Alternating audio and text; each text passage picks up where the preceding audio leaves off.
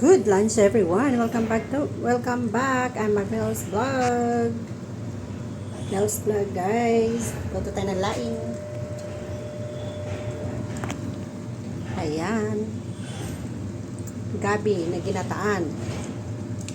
Na may salmon. Ayan. Naglagay din ako dito ng mamaya ko ilalagay ito kasi luto na yan. Pang last na yan guys. Naglagay ako dito ng alamang na dry. Ayan. Craving na si Mabel. Ayan. Yummy naman. Yummy, yummy.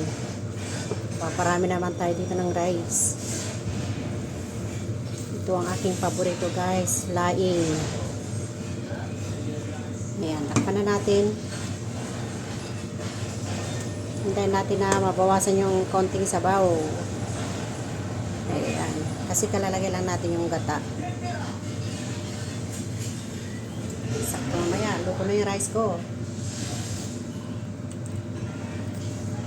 Ulam ko na rin yan guys ng 3 days.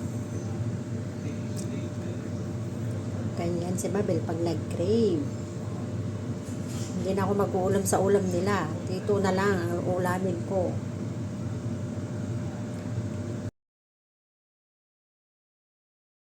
Good morning everyone. Lunch time na pala. Lunch time. Strong. Tea break. Mamaya ng lunch. Ayan, tignan niyo naman ang ginawa ng alaga ko na blueberries muffin. Oh, see? Napakaganda yung outcome niya. Oh. See? Ayan. Tea break. Kasi kumain natin ng breakfast, kaya break time. Yummy.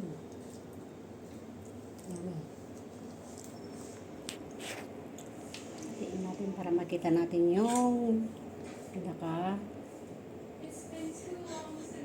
tignan nyo. Napaka-fluffy.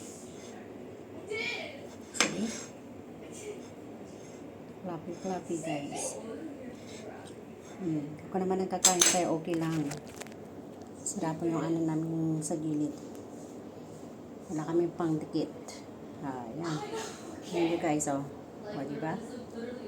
Perfect. Parang bumili ka na rin ng muffin sa Fusion. Ayan. Kinuha ko yung recipe dito para gawin natin next time.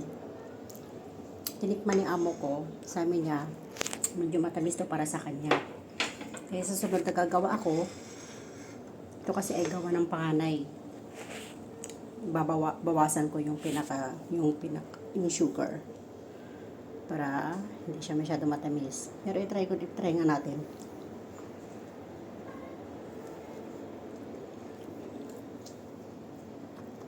Tama lang para sa akin. Kasi once na binawasan natin yung asukal, kapag hindi natin makakain agad, kung umabot yan ng 2 days, mag-iiba na yung tamis niya guys, mababawasan. Hindi kagaya ng bagong luto na ang akala natin ay matamis, pero pag lumipas yan ng 2 days, malilesen na yung tamis guys. Kaya okay lang para sa akin. Sa amo kasi hindi siya mahilig sa matamis. Kaya para siya naninibago na para matamis, pero hindi. Okay lang. Sarap. Yummy. Thank you for watching guys. Bye everyone. Have a nice day. Hello, good afternoon everyone. It's me again. Welcome back to my YouTube channel, Marvel's Vlog. Here I am again guys para i-share ko sa inyo yung ingredients ng ating chop suey para bukas guys. Dahil marami may birthday sa buwan ng August, kaya ito na ang ating mga ingredients. Bell pepper. Ayan yung tinatawag nila, traffic light. Ayan, bell pepper siya guys. Carrots. Sayote. Broccoli. Snow peas or peas. At ating cauliflower. Baguio beans. Mushroom at ating cabbage. Ayan. At ang ating chicken liver. Narinit na natin yan, guys. Ayan. Ngayon, mag-mince na tayo ng iba pang ingredients para makapag-start na tayo magluto ang ating chop suey ni Mabel. Yan, guys. Thank you for watching. Papakita ko na lang mamaya pagkatapos maluto ang aking chop suey. Madali lang ito, guys, na lutuin. Parang naglalaro lang, guys. Ayan. Very colorful. Thank you and see you tomorrow. Hello, welcome back to my channel. It's me again, my Bill's Vlog. Here I am again, guys, para i-share ko sa inyo ang aking bread. Ayan. As usual, galing pa rin kay Brother James. Ito kasi yung sourdough. Kaya niluto ko ulit. Nagdagdala ako ng ibang ingredients para mas masarap siya. Ayan.